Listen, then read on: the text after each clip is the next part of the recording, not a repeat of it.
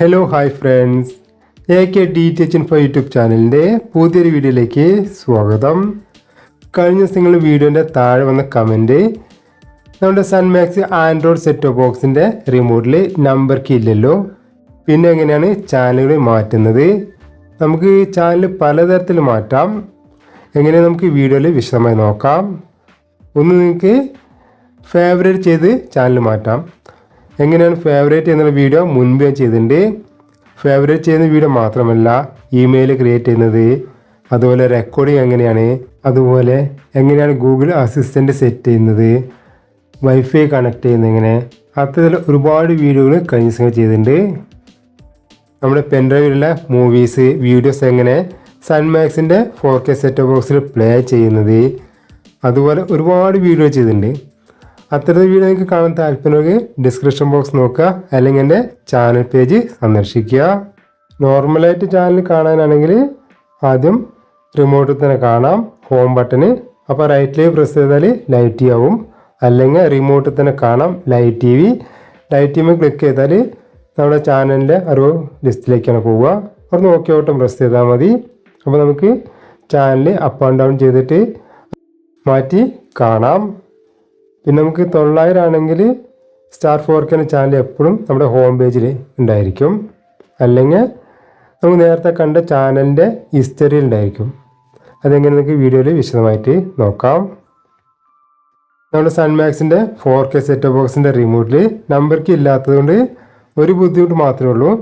Number നേരിട്ട് അടിച്ചിട്ട്, അതായത് 523 കൊച്ചു ടി വി ലഭിക്കണമെങ്കിൽ നമ്മൾ ഒരു 200 ചാനൽ കാണുന്നെങ്കിൽ 523 നേരിട്ട് നമുക്ക് മാറ്റാൻ പറ്റില്ല. ഫേവറേറ്റ് ചെയ്താൽ മാറ്റാം.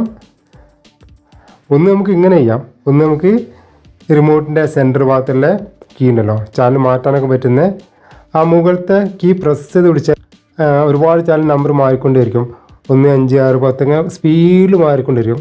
ബാക്കിലേക്കും അതുപോലെ തന്നെ താഴേക്കുള്ള കീ പ്രസ് ചെയ്താൽ നമുക്ക് താഴേക്കിന് ചാനൽ നമ്പർ കുറഞ്ഞുകൊണ്ടേയിരിക്കും.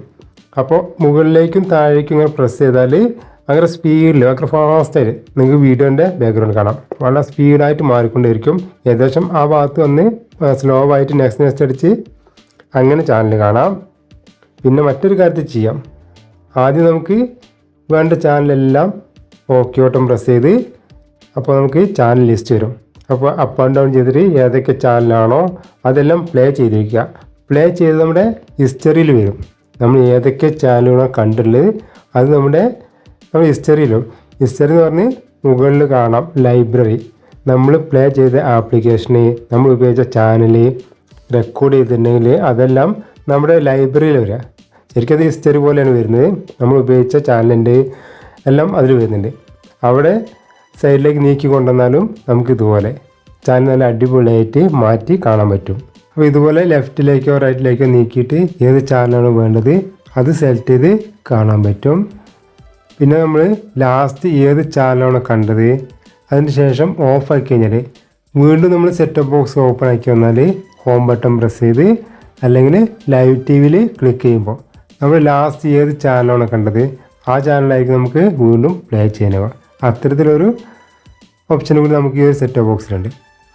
അല്ലാത്തവർക്കെല്ലാം നല്ല സിമ്പിളായിട്ട് ചെയ്യാം. ഒന്ന് ഫേവറേറ്റ് ചെയ്താൽ മതി. അതിൽ നമുക്ക് വേണ്ട ചാനൽ മാത്രം സെലക്ട് ചെയ്ത് കാണാം. മറ്റൊന്ന് ആദ്യം 2 മുതൽ 999 വരെ ചാനൽ ഓക്കെ ബട്ടൺ പ്രസ് ചെയ്ത് മുകളിലേക്കോ താഴേക്കോ കൊണ്ടുവന്നിട്ട് ആവശ്യമുള്ള ചാനൽ മാത്രം പ്ലേ ചെയ്തേക്കുക. അപ്പോൾ നമ്മുടെ ഹിസ്റ്ററിയിൽ വരും. അതായത് മുകളിൽ കാണാം ലൈബ്രറി. അതിൽ വന്നാൽ അതാണ് നമ്മൾ ചാനൽ കണ്ടതിൻ്റെ ഹിസ്റ്ററി ആയിട്ട് വരുന്നത്. അവിടുന്ന് താഴേക്ക് കൊണ്ടുവന്നാൽ ഓരോ ചാനലും കാണാം.